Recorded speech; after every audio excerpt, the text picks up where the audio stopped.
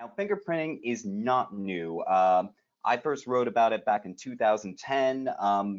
You're going to hear this term a lot in 2021 as we get close to the third-party cookies depreciation date. It's a much reviled yet oft-used technique, sniffing of signals, some very obscure, between client and server to identify users and environments.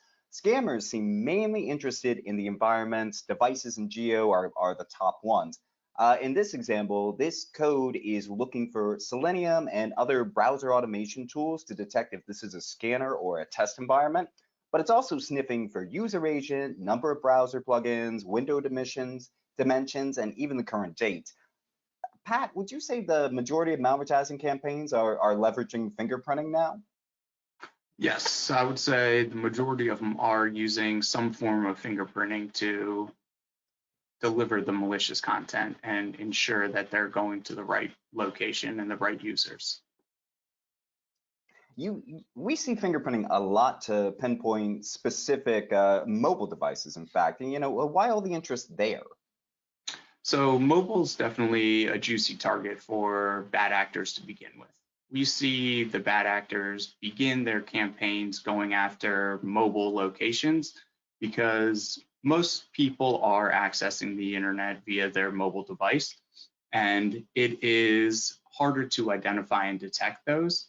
So the malicious actors are definitely starting there, making sure that their code is executing, being delivered, and then they typically will branch out into more desktop environments as well as mobile to make sure their reach is going to hit anybody and everybody that they possibly can. Now, I am really curious about this. Are scammers going to the next level in using fingerprinting to target more specific audiences or users? Yes, they are definitely getting more targeted in their approach. Obviously, at the high scale geolocation, we see, but we are starting to identify different patterns where they're going after very unique individuals and personas to make sure that they're targeting the right people that they really want to go after.